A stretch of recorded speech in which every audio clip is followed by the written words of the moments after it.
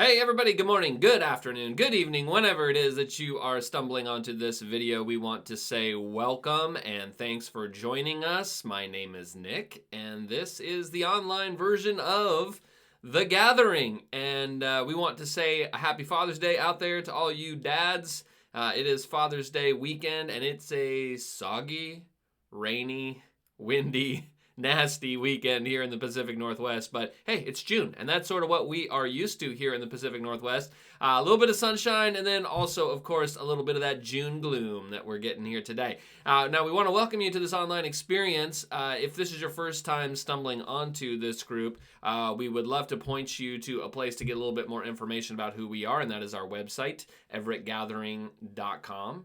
And you can go there and you can learn a little bit more about this group. It's actually a partnership between two churches who have pretty much functionally started working together as one, but they come from really different backgrounds. It's Zion Lutheran Church, which is a much more liturgical, formal, mainline church, and then Pathways Church, which is just a borderline irreverent, non-denominational independent church. But it turns out we actually had a lot of our core values in common, and we started just kind of doing some life together and doing some ministry stuff together, and turns out we were kind of sweet on each other. We kind of liked each other. And so in a world that's very polarized and people who come from different backgrounds and perspectives don't get along very much, this has really been a fun project where these two groups who do have a lot of differences in their background are coming together, learning from one another, sharing with one another, and it's been an absolutely fantastic experience and project together. Now, you can learn more about it and those core values that I said are so important to us at both groups on our website at everettgathering.com. Now, the thing we like to usually do is introduce ourselves with two words so that you understand kind of what this experience is that you're getting into today.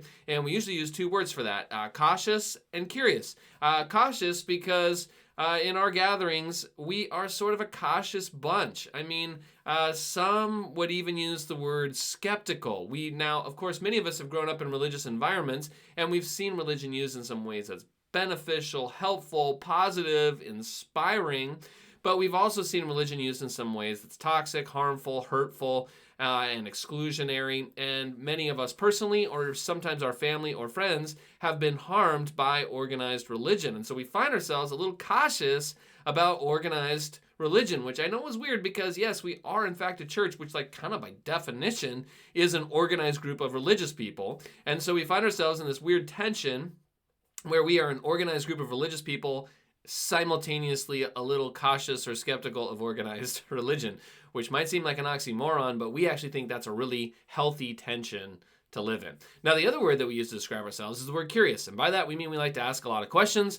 We're a curious bunch, and to be curious, you have to realize that you don't have the corner of the market on truth, that there's all sorts of things that we don't know. We're wrong about all sorts of things, and so we're curious about things all the time, assuming that there's probably some stuff that we don't know yet.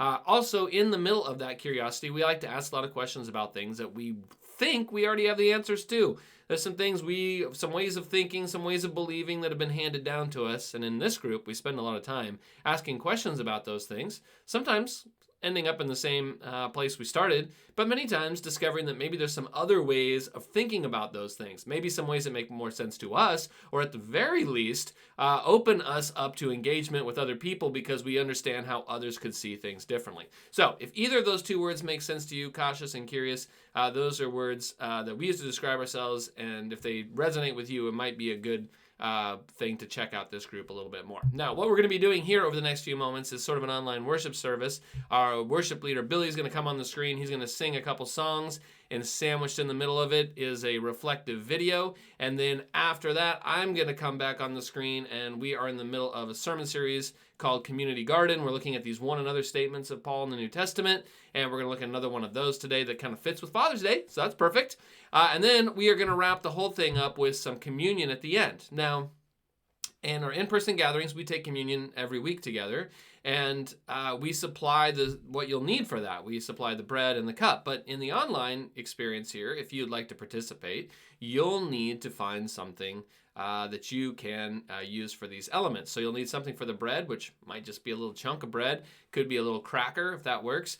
Another thing you'll need is something for the cup, and so maybe you have some juice or some wine left over from last night's dinner. If you want to pour that out, don't pour it out. Keep it. If you want to gather those things together, then you can participate in communion with us at the end. And then we'll wrap the whole thing up with some announcements, and we'll send you off back into whatever life has for you today. Okay, that's pretty much it. So why don't we start out with Billy? He's going to come on the screen and lead us in some music, and I'll see you back on the screen in just a little bit.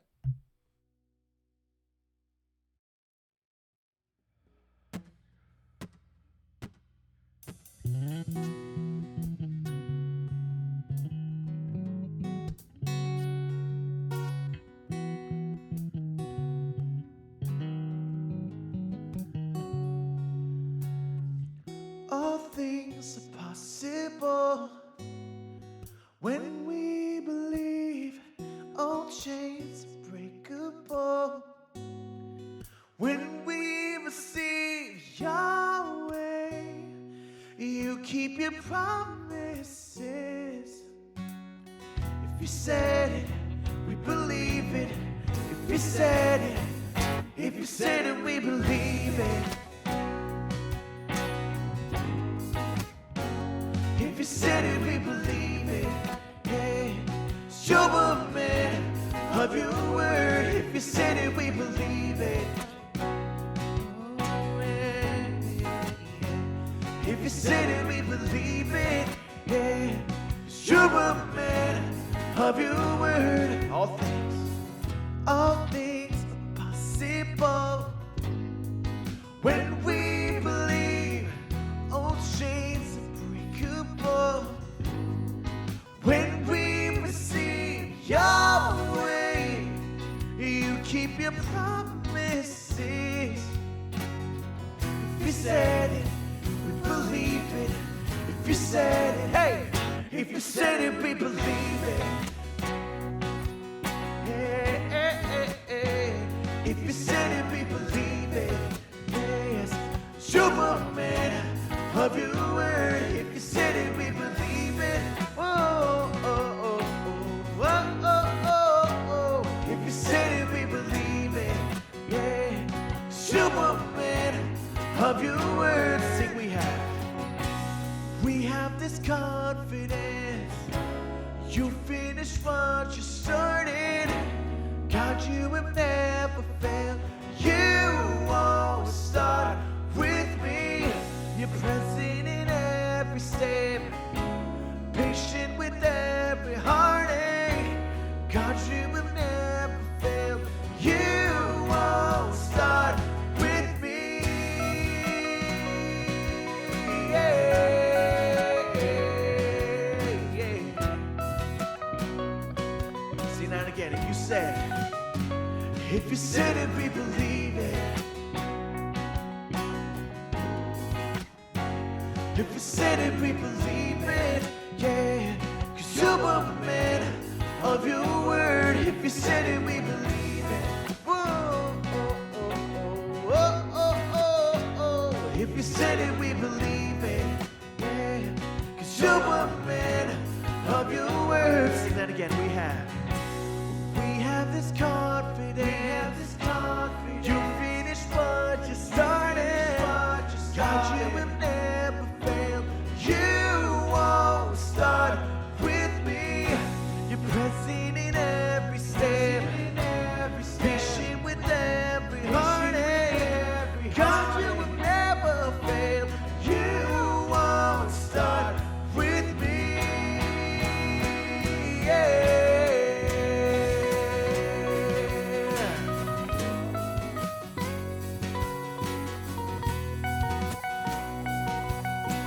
Time if you said it. If you said it, we believe it. Hey, if you said it, we believe it. Come on, 'cause you're a man of your word. If you said it, we believe it. Oh, oh, oh, oh, oh, oh, oh. If you said it, we believe it. Yeah, 'cause you're a man of your word. Sing if you said it. If you said it, we believe it. If you said it, we believe it. If you said it, if you said it, we believe it. If you said it, if you said it, if you said it, we believe it.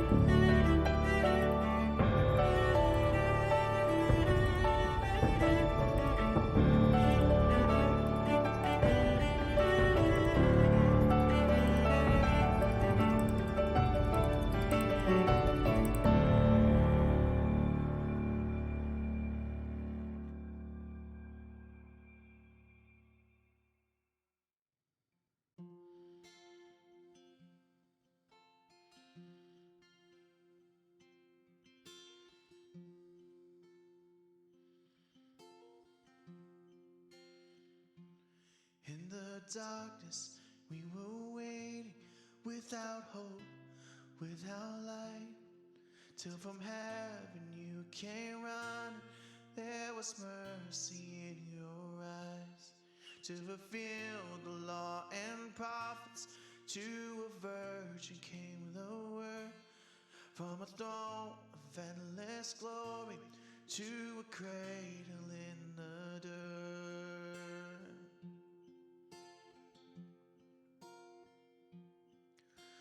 Praise the Father, praise the Son, praise the Spirit, three in one. God of glory, majesty, praise forever to the King of Kings.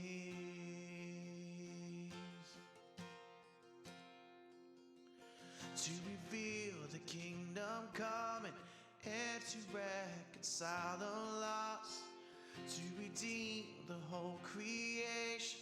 You did not despise the cross, for even in your suffering you saw to the other side, knowing this was our salvation. Jesus, for our sake you died.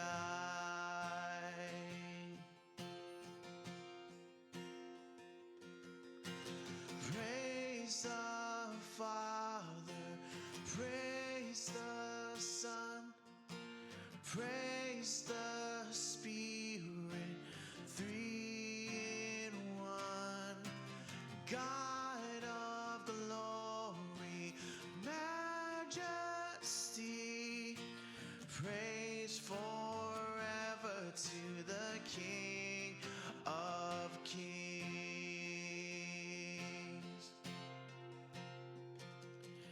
In the morning that you rose, all of heaven held its breath, till that soul was moved for good.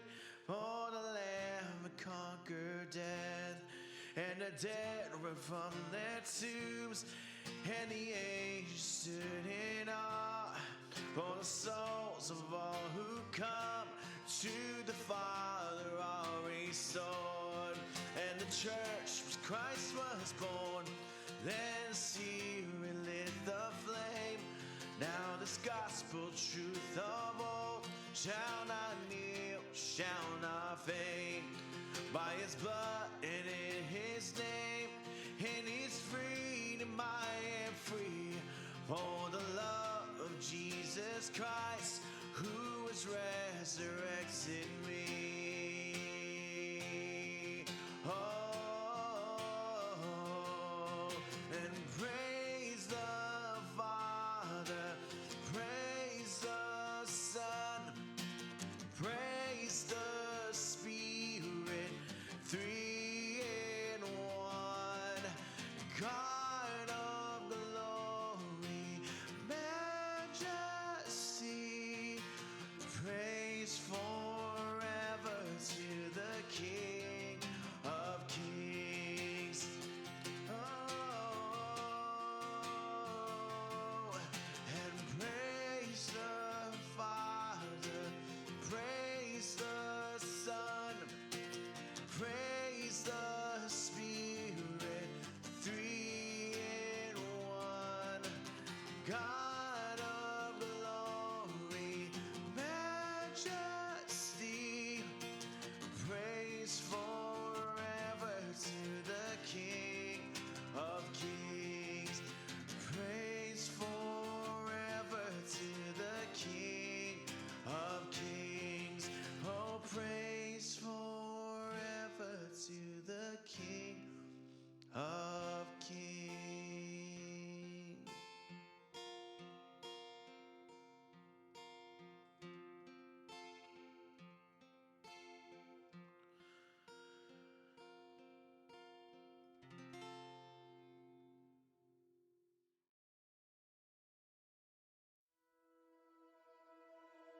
This one is for the fathers and all the father figures Stepfathers, grandfathers, godfathers, whether by blood or by choice, we give voice to our gratitude for the fathers, the heroes, the mentors and anchors, the coaches and counselors, teachers and trainers, the men who shape us and show us the definition of faithful and strong and wise, the fathers, always by our side, with us and for us, steady and courageous, ready to inspire and encourage and give us a word of wisdom, a voice of reason in season and out. There is no doubt where their strength comes from, what their hope is set on, who their eyes are fixed on, the fathers, the embodiment of legacy, humility, integrity, needed and necessary, dependable and trustworthy.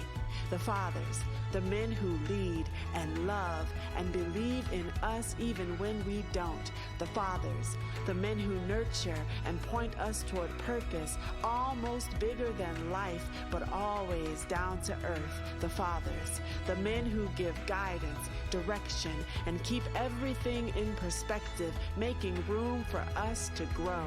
We may never know the prayers, the tears, the sacrifices that fathers make on our behalf, yet still find time to play and laugh and rejoice in the day that the Lord has made. The fathers, the heroes, we honor you today.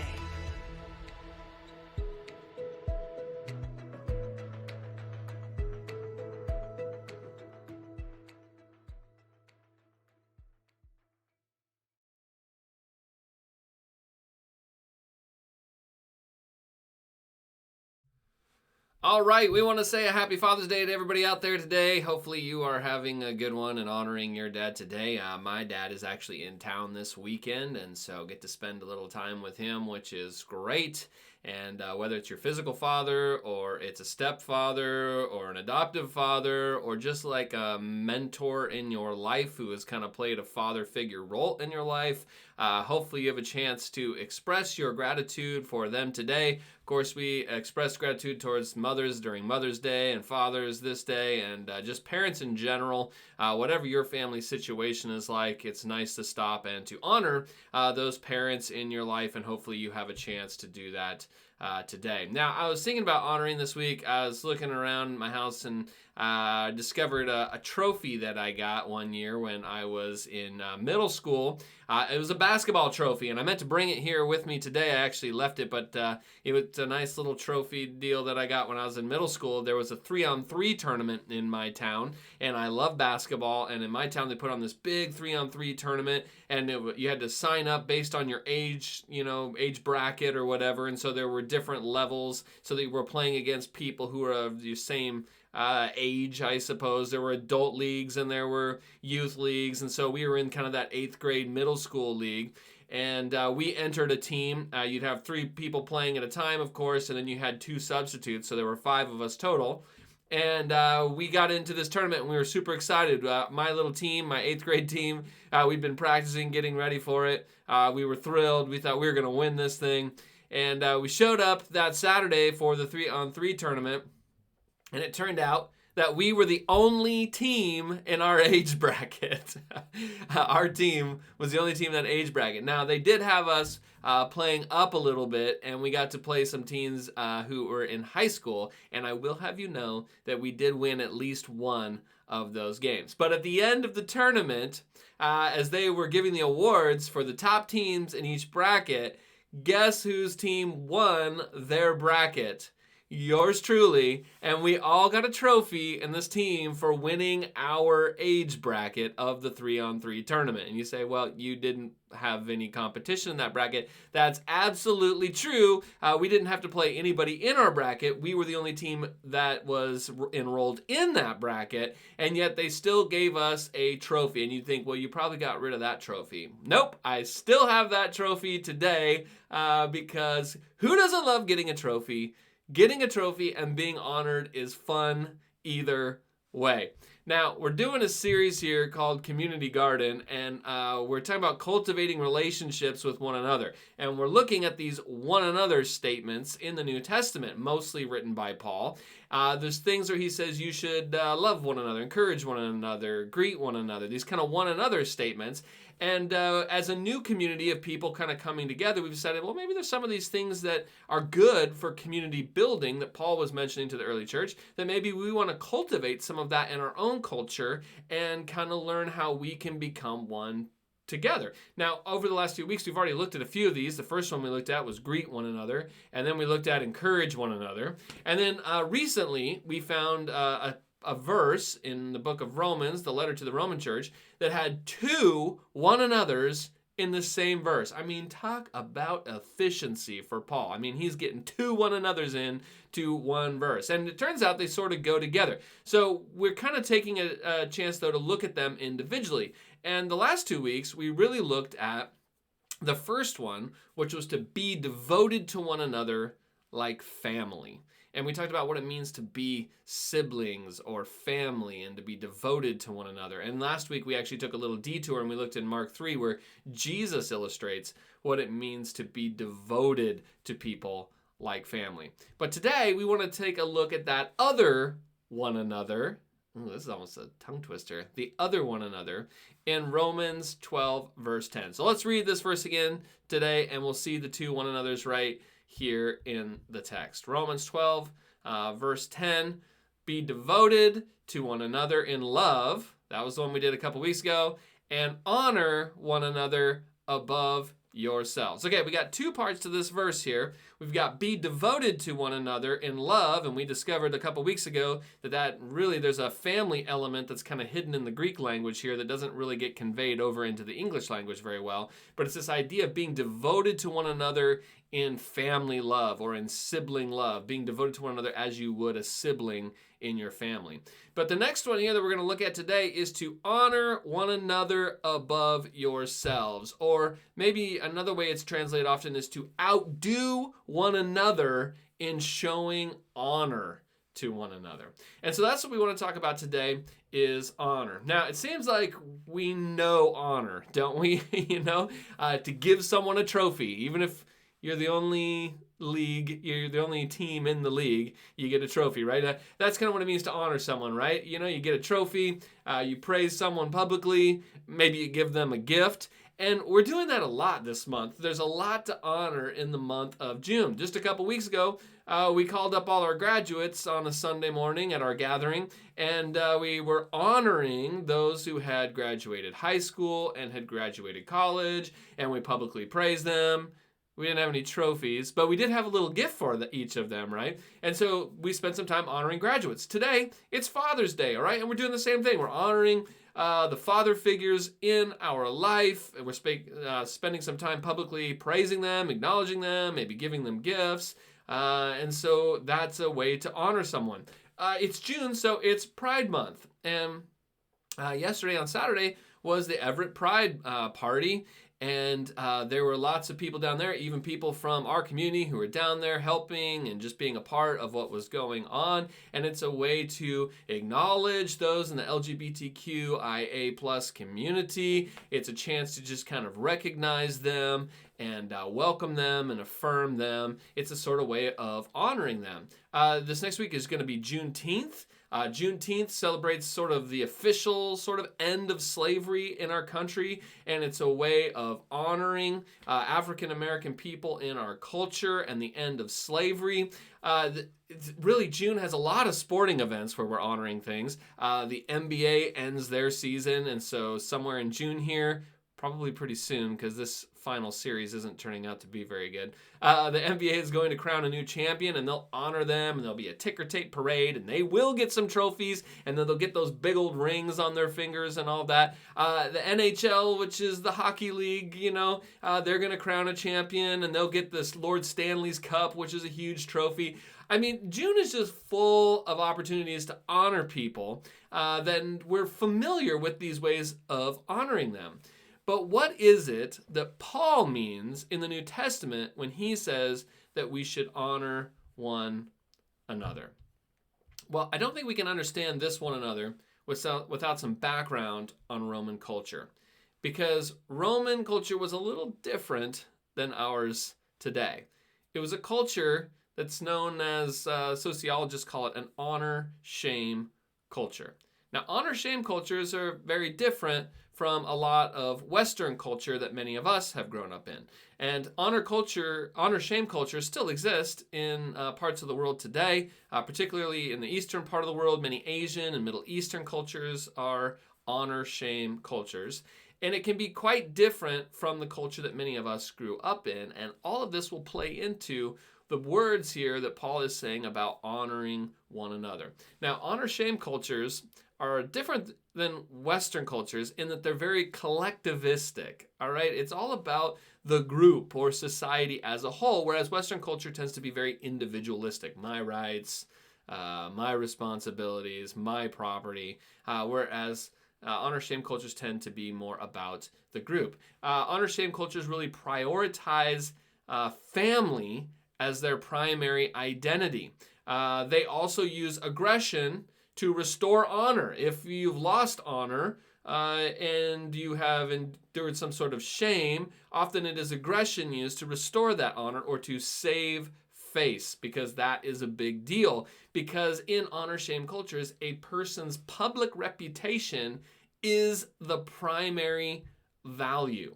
So let me give you just a couple key words here to help you understand an honor-shame culture, because that's the type of culture that Paul is writing these words to in Rome. Now, the first word you should know is value. Honor in an honor-shame culture isn't just a trophy given to a winning team. It's not a day set aside to honor fathers, right? Honor is like the major currency of the whole society. What you do, it either brings honor or shame to your reputation or your family name. And this dynamic of honor and shame, it shapes the behavior, mobility, and status of individuals within the society. And the whole thing is sort of based on reputation. Now, if you have honor, it's sort of like being wealthy, right? It's like you have all this social capital. If you are assessed shame, it's kind of like going bankrupt. And money can be a part of your assessment of honor, but reputation really matters more than a big bank account. Now, this is kind of interesting because there's a Greek word used here in Romans 12, verse 10, where it says honor one another. That word for honor is a Greek word, time, and it's used 41 times in the New Testament, and it's often translated not as honor, but as price or some sort of monetary value. That appears to be its like kind of primary meaning. So an example of this is in Acts 19:19. We have the same word here. A number of those who practiced magic collected their books and burned them publicly when the value, and that's our word time, the word that's translated in the text in Romans as honor, here it's translated as value. When the value of these books was calculated, it was found to come to 50,000 silver coins. Okay, so this word time, it can be translated honor, but its primary meaning is actually a price, a value, a monetary value is what this word has as its primary meaning. But it's a word with sort of a double meaning because it can mean price or value, but it can also mean honor because honor, in a sense, is your value. It's sort of what you are worth. Some in honor-shame cultures are valued more than others. They're sort of worth more. It's how society values you. Now, another key word for understanding honor-shame cultures is status. Because honor wasn't just a way to celebrate someone, it was a status assigned to them.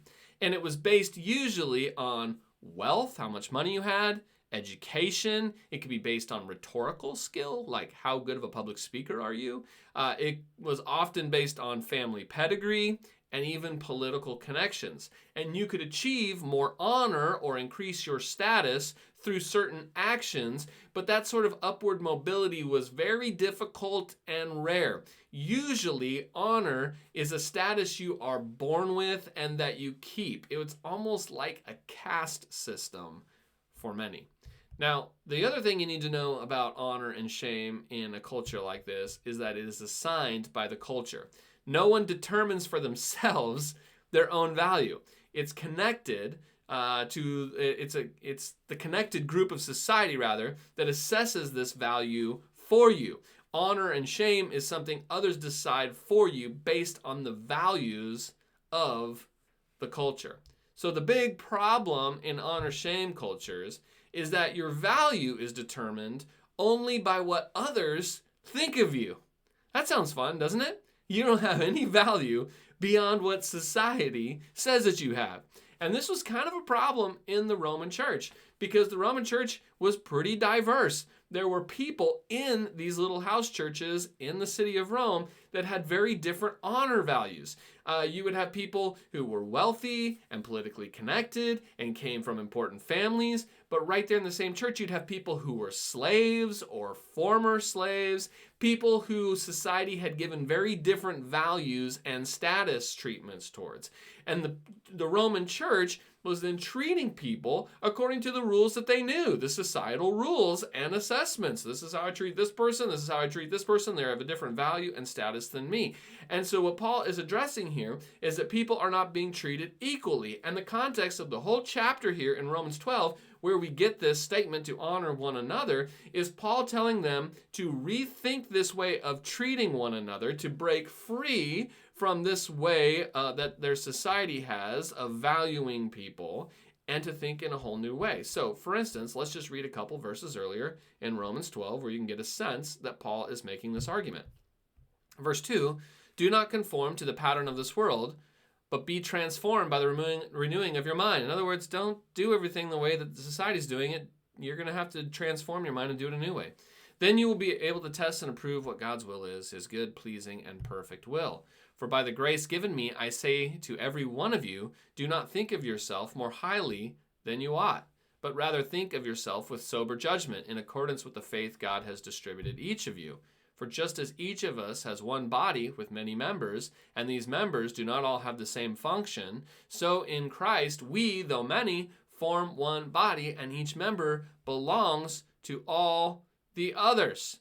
You can see Paul here, he's saying we are all equal in value and status here. We're all part of the same body. We may be different, but we are all part of the same body, and we need to transform our minds about how we deal with one another, because here in the church, whatever society says about what your value and your status is mute, because we all are equal and part of one body or one family. What he's suggesting here is sort of a countercultural approach to how the church is dealing with one another. So when Paul says you are to honor one another, Paul isn't saying that you should call everyone up and give them a trophy. What he's simply saying is we need to treat everyone in this group with equal value. You get it? It's kind of nuanced, but I think it really matters. Now, let's talk about our culture. Now, in our culture, we don't talk about honor so much, but we do talk about pride. And while similar, pride and honor are not quite the same thing.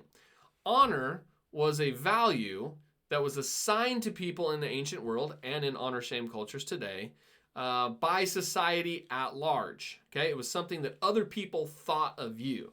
But pride is something in our culture that really emanates from the self.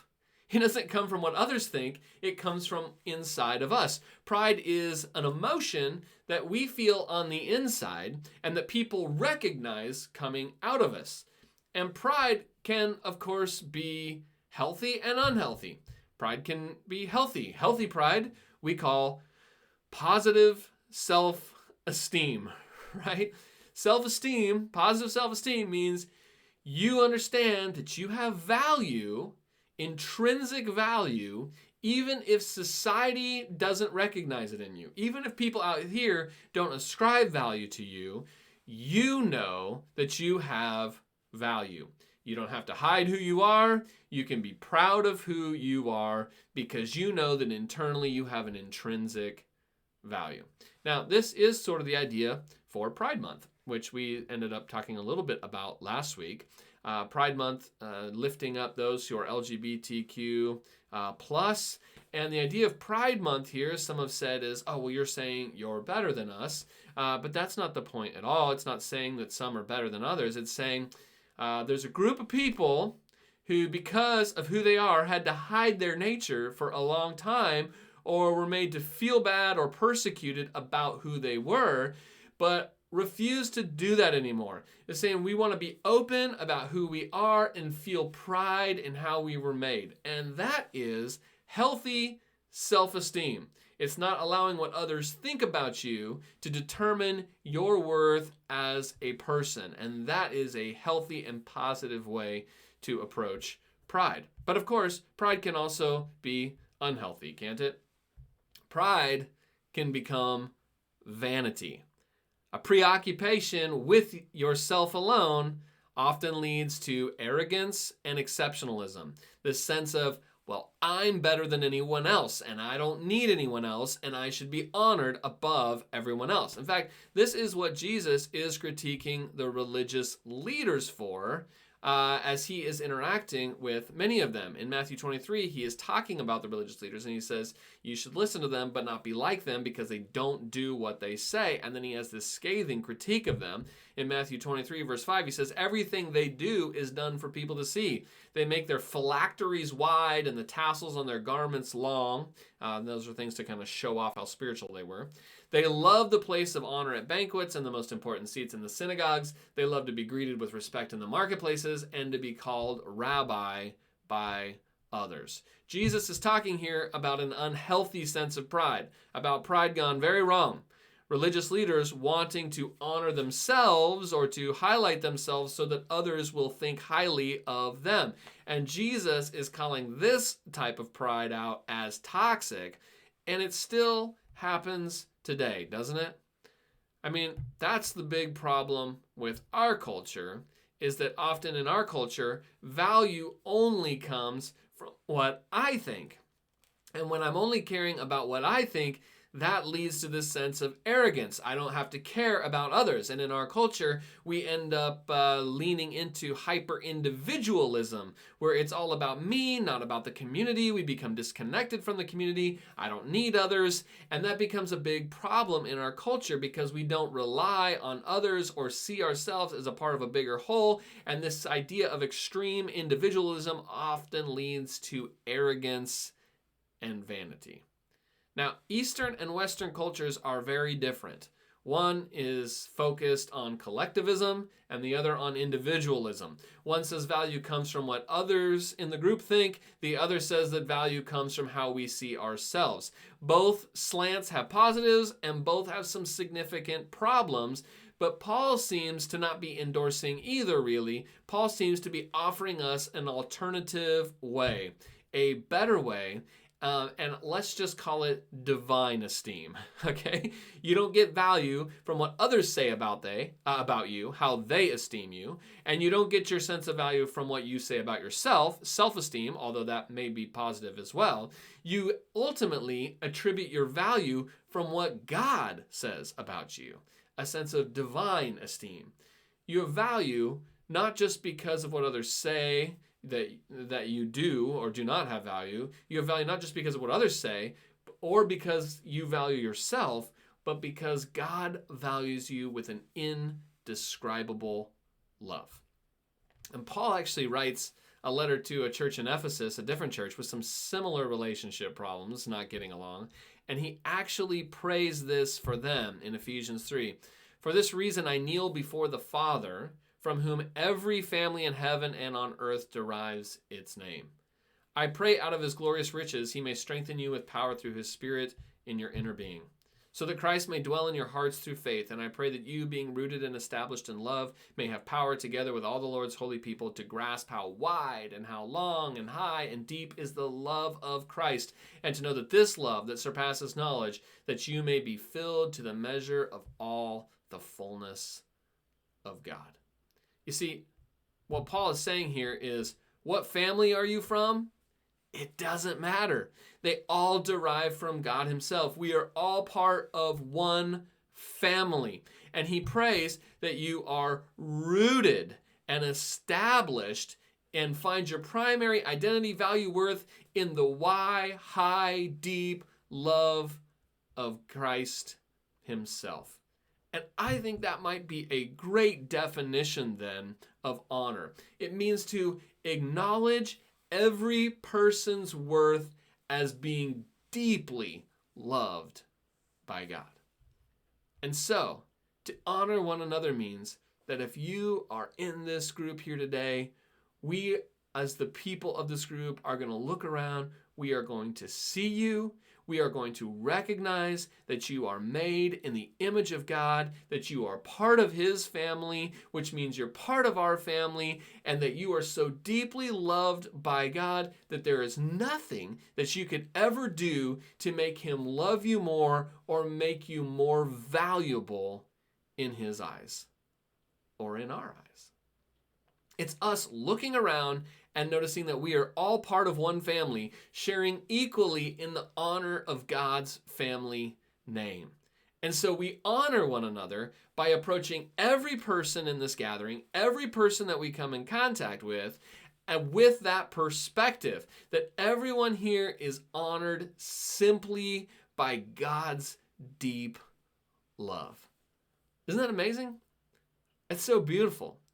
If we could go along and just every person we meet, we could just recognize and acknowledge in them that they are deeply loved by God and have inestimable worth because of God's love for them. And that attitude is what Paul is calling the church to have. And that would be a fantastic attitude to build into this culture that we're creating as the gathering. Now, even though that's, I think, Paul's main meaning here is to honor one another by recognizing the inestimable worth of every human being in light of God's love for them, I also think it's good to sometimes take some special moments and recognize and honor certain individuals in our midst for the way that they help uplift and serve the group. Paul does that actually in his letters too. He commends specific individuals, he thanks them, he praises them, publicly honors them. People who weren't looking for praise, but who were serving humbly. And there's lots of people in our community that would be good to honor. In fact, maybe you can think of a few, but right off the top here, we have Father's Day today. And there are probably some father-like figures in our life, in this group or maybe even outside this group, that it might be good just to ring with a message today or send a text and just let them know how much you honor and appreciate them. It could be your physical father, and maybe you've had some good or bad interactions there. It could be an adoptive father or a stepfather. It could just be, as I said, a mentor in your life who has played the role of a father figure. And I know that Mother's Day and Father's Day can be very hard for many. Some have lost parents, some didn't have very good parents, and it can definitely be a reminder of that hurt. But I still think it's a nice opportunity to honor some people in our life that we sometimes forget to tell them how much they mean to us. We don't always take the time to let people in our life know how big of an impact they've had on us and how much they mean to us. And so today might be a good chance to do that, to find sort of a father figure, a parent figure in your life, and just simply reach out and let them know that you appreciate them. But in our church community, there's so many people that we could honor. People who aren't out looking to be honored, but have performed the role of such a meaningful servant. We were reading that section in Matthew 23 where Jesus was kind of letting the religious leaders have it. But he kind of ends part of it with this: the greatest among you will be your servant. For those who exalt themselves will be humbled, and those who humble themselves will be exalted. And there are lots of people in our gathering group today who are humbling themselves to serve this community, and we sort of want to exalt them from time to time and honor them.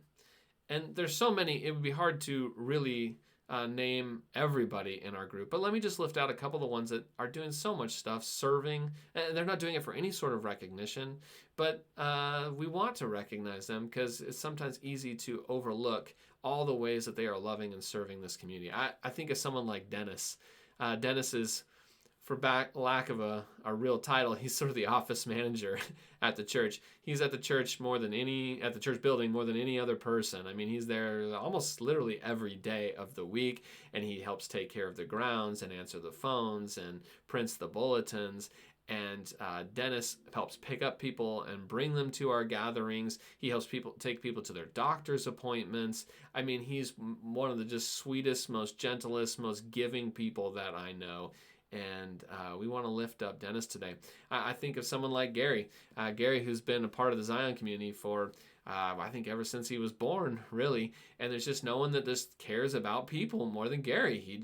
Any person who comes through the door, he loves them, cares for them. He's around the building more than anyone except Dennis. And he works on the grounds, and he waters, and he is always working on things. He's given his whole life to this community. And we want to honor him today, too. I think of Christina. She's one of our pastors. She's been actually a volunteer pastor for all the time that she's been a part of the Pathways community. And she puts in hours and hours each week helping right now in the kids ministry and organize people. And she has given so much to this community behind the scenes that most people don't even know about. She's really the reason that these two communities have come together in sharing in this partnership. It was sort of her dream, and she nudged it along all the way. And we just want to honor her today. I think of Brandy, who's been working with our students for years now, and all during COVID, she did so much to try to keep students connected, even though we were online only. She gave of her time, her own resources. She gets paid a very small stipend. She goes to all the kids' performances and whatever activities they're in, trying to encourage them and champion them. She posts online stuff for parents to think about in their parenting of their students. And we just really appreciate her, and we want to honor her. I think of Patty, who's kind of in the same boat. She's been running with our kids ministry for a long time. She gets paid a very small stipend as well, but puts in time and energy to love the younger children in our community, spending time with them. And we want to really thank her for all that she's done. I think of someone like Derek, who is been running our sound recently, and Ralph, who works with him, and Ben Thomas, who help all in that kind of media department, working together, donating their time, helping things run smoothly and not be distracting. We're super grateful for them. I think of someone like Thomas Wirt.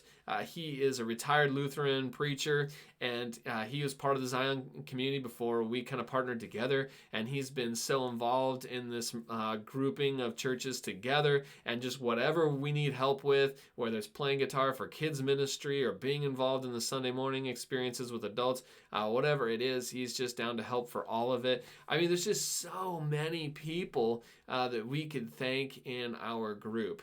There's so many of other people who give your time and your energy and even your financial resources to really make this group all that it is. And you are the gathering.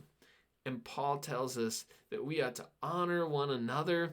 And so, of course, we do that for everyone in this group, but we want to take a moment to make sure that we honor a few people publicly here today, too, who have been serving so much. And ultimately, of course, we honor Jesus. And that's where I'd like us to end today is as you think about maybe someone in your life that you would like to express honor to. In our in-person gatherings, we're going to have some cards on the table where you can write out a little note to someone either in our community or maybe outside our community that you want to appreciate and honor. Like for you, maybe here in the online space, to think of that too. We don't have any cards available, but maybe you could text someone or call them today and just let them know how much you appreciate them. But ultimately, we want to express our appreciation and our love for Jesus himself. And we're going to take communion here today. And in communion, what we do is we take time set aside each week to make sure that we remember the love that Jesus has for us. And of course, it's Thanksgiving. We're thankful for all that Jesus has done for us. It's inspirational. It inspires us to go and do likewise. And it's also a sense of praise where we are honoring Jesus for what he has done for us and showing us a new way to be human and freeing us from the things that have kept us in bondage. So we want to go to communion today. We'll take communion together. Billy will come on the screen, lead a song, and if you have those communion elements, you can take that with us today. But let me pray for us before we go there. Jesus, we want to thank you so much today for loving us, for caring for us, that you have treated us like family, that you are devoted to us like family. And we thank you that you have demonstrated that by becoming one of us, by sticking close to us, by allowing all the garbage from us to rebound onto you, and that you've triumphed over it, allowing it to kill you, but triumphing over it with resurrection and with life. Thank you, Jesus, that you are so devoted to us in that way, that you love us like family, that you're not going anywhere. You stick by us in the good and the bad, and that you notice and recognize the value in each one of us. Help us to be a community that does that. Help us to be a community that loves one another so deeply as family that when we look around, we see people who have unsurpassable worth because of your love for them. Help us to approach every person that way because we know that's how you have approached them. We love you. It's in Jesus' name we pray. Amen. All right, let's go to communion. I'll see you back here in just a minute for some announcements as we wrap up.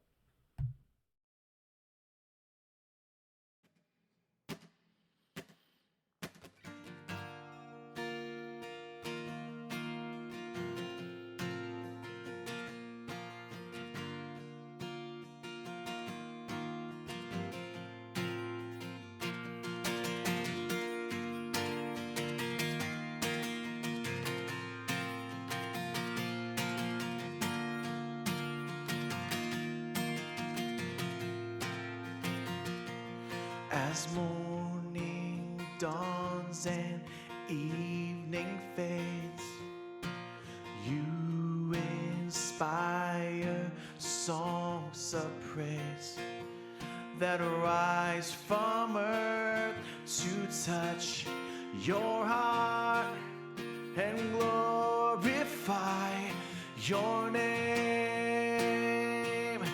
Your name is strong and mighty tower. Your name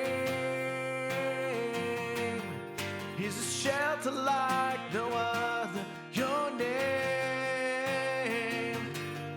let the nations sing it louder, 'cause nothing has the power to save but your name.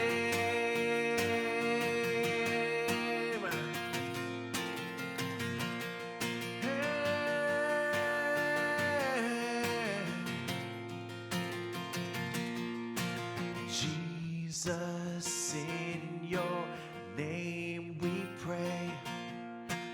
Come and fill our hearts today.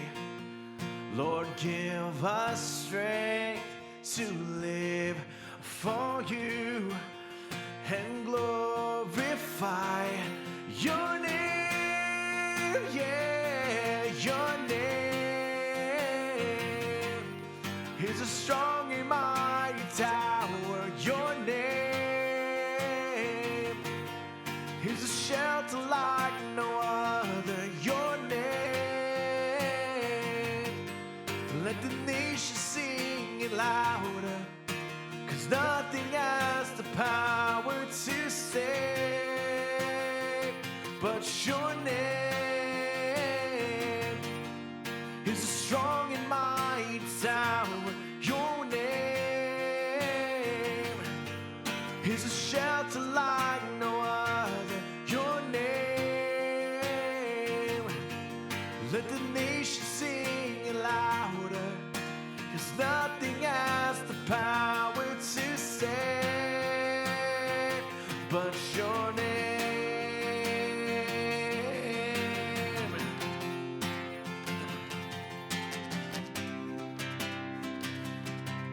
Your name,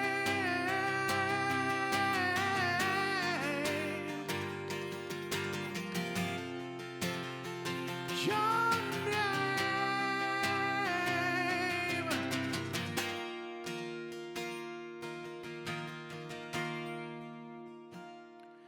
your name is a strong and mighty tower. Your name is a shelter like no other. Your name, let the nation sing it louder, 'cause nothing has the power to save but your name. Is a strong and mighty tower. Your name is a shelter like no other. Your name, let the nation sing it louder. Yeah, 'cause nothing has the power to say, yeah, what's your name?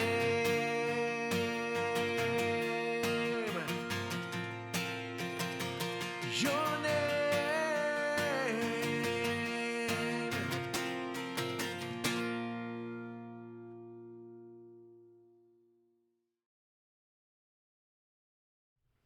Thanks, Billy. All right, we got a couple announcements for you here as we wrap up today. First of all, you are always welcome to join us in person at the Gathering. Sundays. We meet at 10 a.m. at the Zion Lutheran Church property, which is in Everett, just south of Forest Park off of 41st Street. And online is a great way to connect. But if you're ever around and want to join us in person, we would love to have you. It's really fun to see these groups coming together and learning from one another. And I'm sure it would be a valuable time for you to join us in person if you have the chance to do that. If you want to keep up to date with things that are happening, you can follow us on the socials. We're on Facebook, Instagram, and Threads. Just go to @TheGatheringEverett on either of the or any of those social media channels, and you can keep up to date with things that are going on. Now tonight, it is Father's Day, and so tonight there is no student ministry. So if you're in junior high or high school, you should be at home with your dad today, leaving him alone so he can drink beer, watch golf, and take a nap. So anyway, there's no youth group today. There is the final community lunch happening this Monday at 11:30 a.m. at the church property. If you are around on Monday and you want to come down for a free lunch, it is at 11:30 a.m. and you are welcome to join that. Then at the end of the month, we are doing a work party at the church building on Saturday, June 29th from 9 a.m. to 3 p.m. We're going to be providing lunch in the middle of that. Also, we'll have donuts and coffee at the beginning of it, so you have fuel to get going. We've got all sorts of projects around the church. We need to do some painting. We need to run some cable. We're going to do some power washing. We're going to do some general cleaning. There'll be some light construction projects. A lot of different things to be a part of and help out with. And if you can come for all of it or part of it, we would love to have your help. Not only are we trying to get some projects done, a big part of this is just getting to know other people as well, because sometimes you get to know people playing games together or whatever, but also working on a project together is a good way to meet some people as well. So if you want to participate in that, plan on joining us on Saturday, June 29th, and we would love to have you there. Now, also, you can donate online if you would like to do that, if you want to give and help support the Pathways and Zion, the Gathering community. You can do that by going to our website, everettgathering.com/donate, and you can set up a one-time gift or a recurring gift. And we appreciate the financial support from so many of you, as there are so many things that are changing and growing. We're behind on our budget this year because we just have so much stuff that's going on. And so we really need your support, and thank those of you who are supporting us financially. Okay, I think that is basically it for today. It's going to be nice once we get past weather-wise. I understand it's supposed to be nice this next week. So next Sunday might be kind of a nice sunny day. Let's hope for that, because it's pretty nasty out there today. So wherever you are, hopefully this week you have a great week. Don't forget to maybe message or call someone in your life that you want to express some appreciation and honor for today. Might be a great time to do that while it's still fresh in your brain. Okay? All right. Have a great weekend, and we will see you next time. Bye.